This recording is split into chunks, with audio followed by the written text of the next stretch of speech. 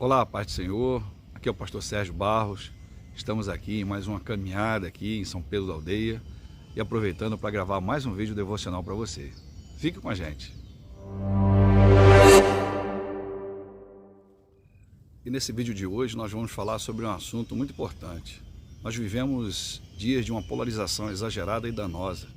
Infelizmente, isso tem dividido as famílias, os amigos, a igreja, enfim. Isso tem causado muitos danos em nosso meio. Mas afinal, o que é polarização? E por que ela é tão falada e tem sido tão vivida em nossos dias? Fique com a gente, acompanhe a nossa mensagem até o final e vamos falar um pouco desse assunto. Na política, o significado estrito dessa expressão polarização é simplesmente a divisão de uma sociedade em dois polos, a respeito de um determinado assunto ou tema. Porém, essa palavra ela tem sido usada de um modo muito negativo nos dias em que nós estamos vivendo. Em nossos dias, polarização é como chamamos essa disputa entre dois grupos que se fecham em suas convicções e não estão dispostos a dialogar. E o pior, eles se atacam mutuamente. Isso, irmãos, é realmente deplorável. Com o advento da internet e das redes sociais, que geraram tantas informações e coisas positivas, surgiram também os chamados algoritmos. E nós acabamos nos tornando refém desses algoritmos. Esses algoritmos fazem uma seleção natural, onde eles apresentam para nós, os consumidores das redes sociais, apenas aquilo que favorece os conteúdos e as informações que se encaixam com as nossas preferências e com a nossa visão de mundo. Toda vez que você clica, que você curte, que você assiste um determinado vídeo, o algoritmo ele vai reconhecendo e vai conhecendo as suas preferências. E ele passa a te apresentar apenas aquilo que você gosta, apenas aquilo que você quer ver. E isso, irmãos, normalmente não é saudável. A gente passa a ter uma visão limitada das coisas. A gente passa apenas a ver e a conviver com as pessoas que têm a mesma sensibilidade que nós. E quando nós ouvimos aquilo que contraria tudo aquilo que nós acreditamos e cremos, a gente não consegue lidar mais muito bem com isso, porque a gente se acostumou apenas a conviver com pessoas que têm a mesma sensibilidade que a nossa. E isso é preocupante. E essa seleção é feita com o objetivo de que a gente consuma cada vez mais o conteúdo e que nós fiquemos cada vez mais tempos conectados nas redes sociais, o que favorece a venda e o espaço para milhões e milhões de potenciais consumidores. O problema é que esse processo resulta na criação de bolhas. Cada indivíduo acaba tendo contato apenas com as opiniões, notícias, artigos, vídeos, imagens que acabam reforçando as nossas convicções, as nossas crenças e exacerbando ainda mais esse consumismo que a gente vive em nossos dias. E os pontos divergentes e diferentes dos nossos, por outro lado, têm uma chance mínima de furar essa bolha e de nos atingir. Mas, infelizmente, quando isso acontece, sai de baixo. São tantos ataques e uma ferocidade atroz e desumana. Muitos parecem um cardume de piranhas sobre a sua presa que sangra até ser consumida totalmente.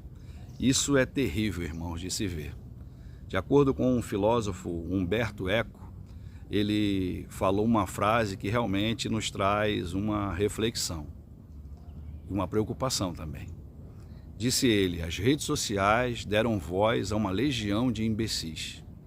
E às vezes a ideia que se tem é essa. Todos nós, de certa forma, nos sentimos no direito de emitir a nossa opinião. E esse vídeo é prova disso, é exemplo disso. Quando em outra circunstância, em outros tempos, eu teria a disponibilidade de vir aqui falar para muita gente, emitindo a minha opinião, meu posicionamento em relação a um determinado assunto. Mas infelizmente essa polarização, ela não só existe no meio político. Na religião isso também é uma realidade. No protestantismo, por exemplo, nós temos a eterna polarização e a tensão entre os calvinistas e os arminianos. Nós também temos a polarização entre os tradicionais, entre os pentecostais e os neopentecostais. Em todas as áreas, infelizmente, essa polarização, ela tem se exacerbado e tem consumido e tirado a paz de muita gente. Muitas vezes eu ouço e vejo as falas e os debates em que muitos irmãos em Cristo têm se enveredado nas redes sociais e as muitas expressões usadas por alguns. E de acordo com aquilo que eu percebo, com aquilo que eu entendo, eu acho que muitas delas não são próprias para alguém que se diz servo de Cristo, para alguém que se diz pequeno Cristo. E isso, irmãos, é lamentável. E nesses tempos de extrema polarização e de intolerância que nós temos vivido e visto em todo o mundo, mas principalmente aqui em nosso país, num momento político delicado em que nós estamos passando, no qual podemos perceber claramente que as ideologias e as cosmovisões distintas têm feito e falado muito mais alto do que a coerência, do que a temperança, do que a sensatez. E, infelizmente, essa polarização tem falado muito mais alto do que o amor, que deveria ser próprio das pessoas em um debate civilizado, mas principalmente de nós, que nos denominamos cristãos, ou seja, nós nos denominamos pequenos cristos. E muitas das vezes a nossa incoerência tem levado a um escárnio do Evangelho. Em Colossenses, no capítulo 4, versículos 5 e 6, Paulo ele dá um conselho àquele povo. Paulo ele diz assim no versículo 5, sejam sábios no procedimento para com os de fora, aproveitem ao máximo todas as oportunidades. O seu falar seja sempre agradável e temperado com sal, para que saibam como responder a cada um. Será que nós temos sido sábios para o procedimento, no falar para com os de fora, para com aqueles que não professam a mesma fé que nós? Será que o nosso falar tem sido agradável e temperado de amor e de sabedoria?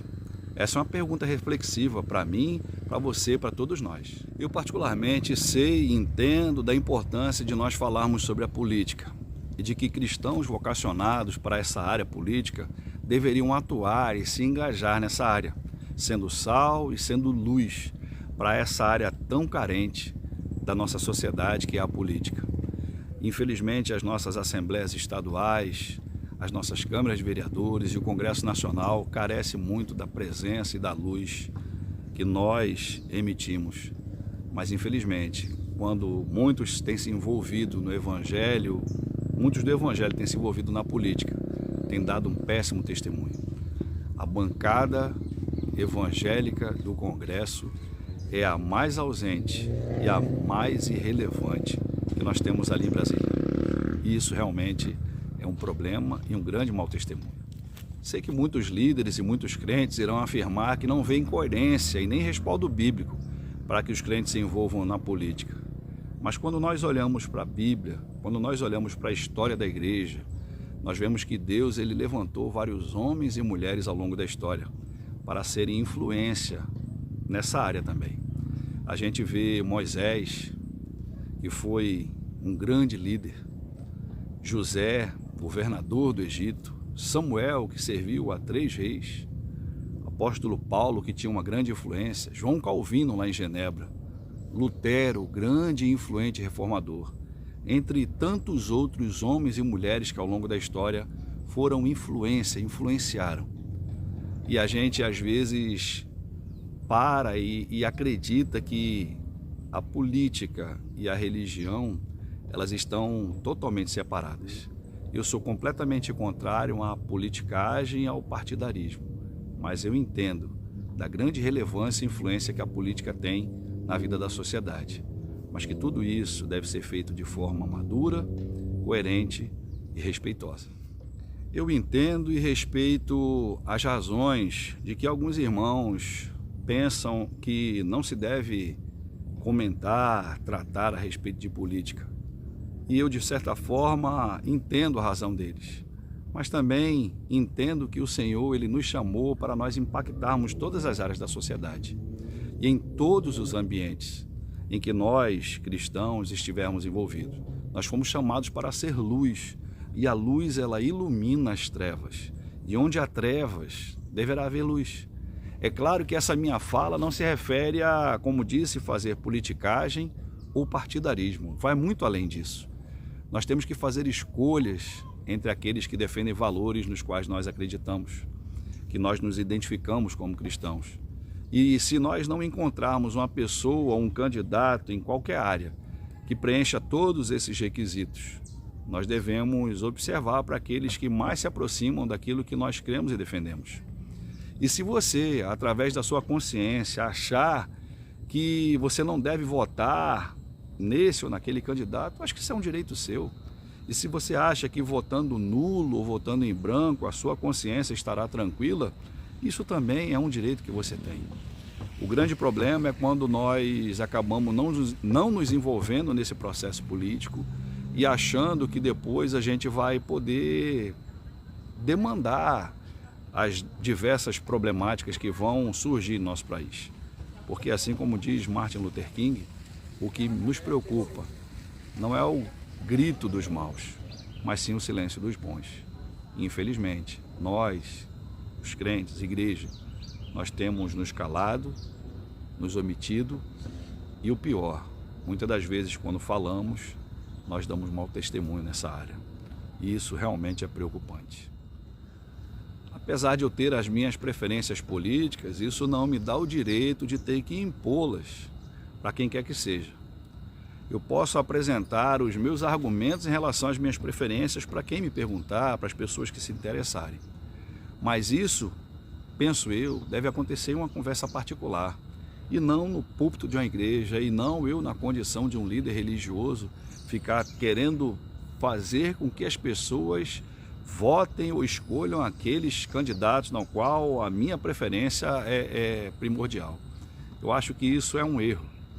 Eu penso que a função do pastor, do padre ou do líder religioso de uma forma geral é mostrar para a sua comunidade de fé a importância de darmos a devida atenção que merece esse assunto. Até porque, como bem disse o filósofo Platão, não há nada de errado com aqueles que não gostam de política. Simplesmente, eles serão governados por aqueles que gostam. E isso é motivo para a gente pensar. Jesus disse no famoso Sermão do Monte, descrito lá em Mateus, no capítulo 5, versículo 16. Assim brilhe também a vossa luz diante dos homens, para que vejam as vossas boas obras e glorifiquem a vosso Pai que está nos céus. E nos versículos anteriores, nos versículos 14 e 15 de Mateus 5, Jesus ele também diz: vós sois a luz do mundo, não se pode esconder a cidade edificada sobre o monte. E ele continua no versículo 15: nem se acende uma candeia para colocá-la debaixo do alqueire, mas colocamos a candeia no velador. E lá no velador, no local mais alto, onde ela pode iluminar todos que se encontram na casa. Assim, irmãos, devemos ser nós, eu e você. Nós somos luz para brilhar, para que as pessoas glorifiquem o Senhor através das nossas vidas. Nós não fomos chamados apenas para fazer algumas coisas e outras não.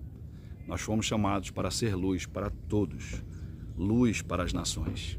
Que nós possamos viver esse evangelho da graça, que nós possamos ser luz em meio às trevas e que nós tenhamos sabedoria e discernimento para lidarmos bem como servos do Altíssimo nesses tempos de polarização e de intolerância. Que Deus abençoe a sua vida, que Deus abençoe a sua família poderosamente e até o próximo vídeo, se Deus assim nos permitir. Um grande abraço, tchau, tchau. Mas eu gostaria de fazer um convite a você que ainda não é inscrito no nosso canal, mas assistiu a nossa mensagem até agora. Se você ainda não é inscrito, clique aqui, ó, inscrever-se. Se inscreve no nosso canal, ative o sino de notificação, deixe o seu like ou seu dislike. Sinceramente, eu espero que você tenha gostado das nossas mensagens, pois como sempre digo, elas são feitas com muito amor, com muito temor no Senhor. Que Deus abençoe a sua vida, espero que você possa compartilhar as nossas mensagens, deixe seu comentário aqui que eu leio e respondo a cada um deles. Um grande abraço e até o próximo vídeo, se Deus assim nos permitir. Tchau, tchau e fiquem com Deus.